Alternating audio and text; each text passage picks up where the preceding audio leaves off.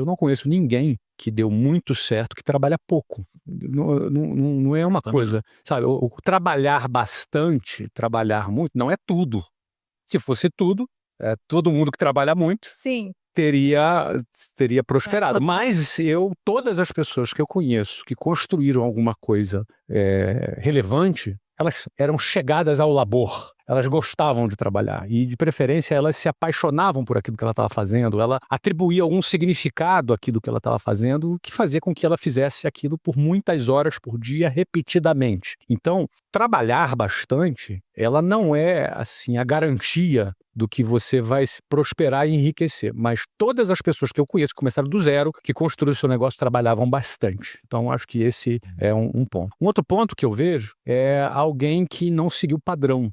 Porque o padrão, se você for pegar ali a lista de todo mundo que enriqueceu, você vai ver que a maioria são empreendedores. Depois você vai para atletas, depois você vai para artistas. Raramente, é um percentual muito pequeno, que são aqueles caras que chegam no topo da cadeia corporativa e enriquecem como executivos. Esses são uma minoria. Agora, o restante da pirâmide não vai enriquecer. Então, se a gente tem todo um modelo tradicional, um modelo de ensino tradicional, todo um status quo da sociedade que te conduz ou a ser um funcionário público ou a ser um funcionário CLT, ou seja, o cara que conseguiu se desgarrar desta linha de montagem e teve a coragem de, cara, sei lá, ser um atleta, porque o cara, para ser atleta, tem que ter coragem. Sim. Durante um bom tempo, um atleta e um artista convive com olhares atravessados, convive com olhares desconfiados como quem pensa que ele é um vagabundo, você entendeu? E ele tem que ter uma convicção muito grande durante um período para conseguir atravessar esse processo, até ele começar a ter um resultado e ser reconhecido. Então, e muitos não conseguem ser reconhecidos nunca, jamais.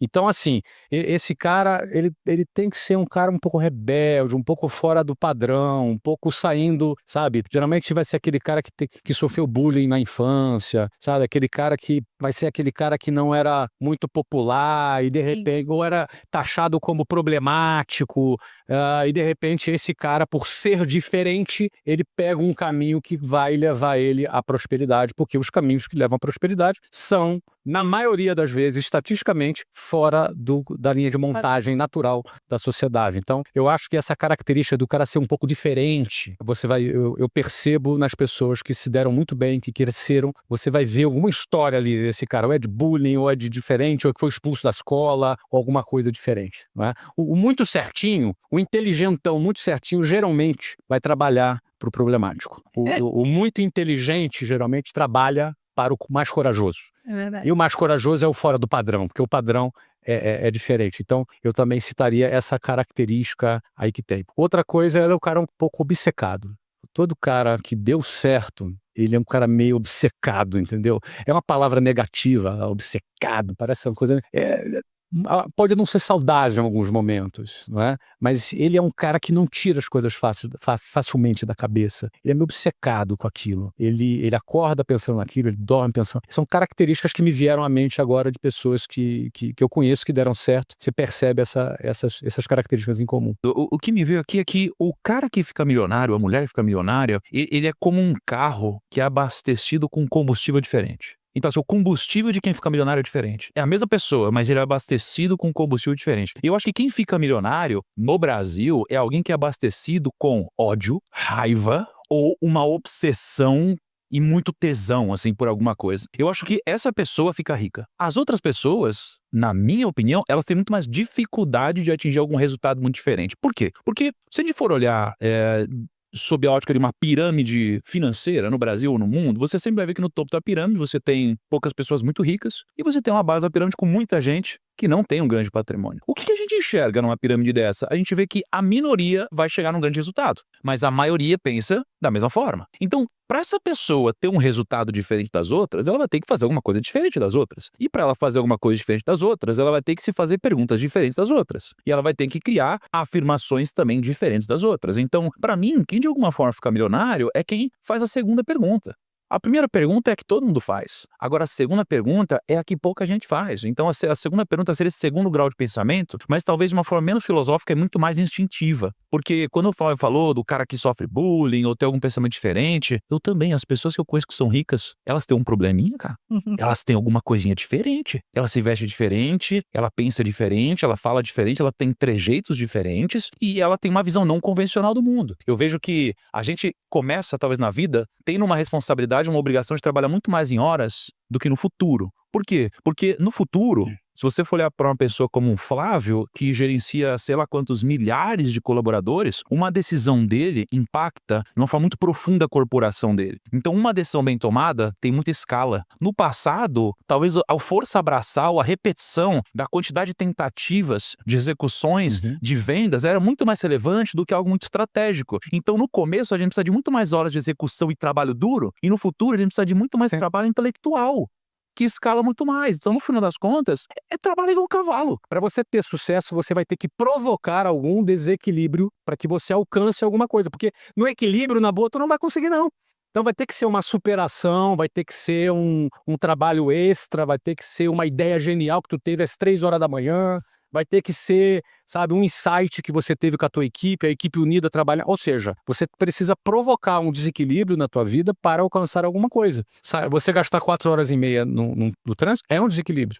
Isso desmonta muito, isso que o Thiago está defendendo, eu concordo com ele, desmonta muito esse mundo ideal do equilíbrio, que pode, inclusive, frustrar quem assiste isso, porque, cara, é inatingível.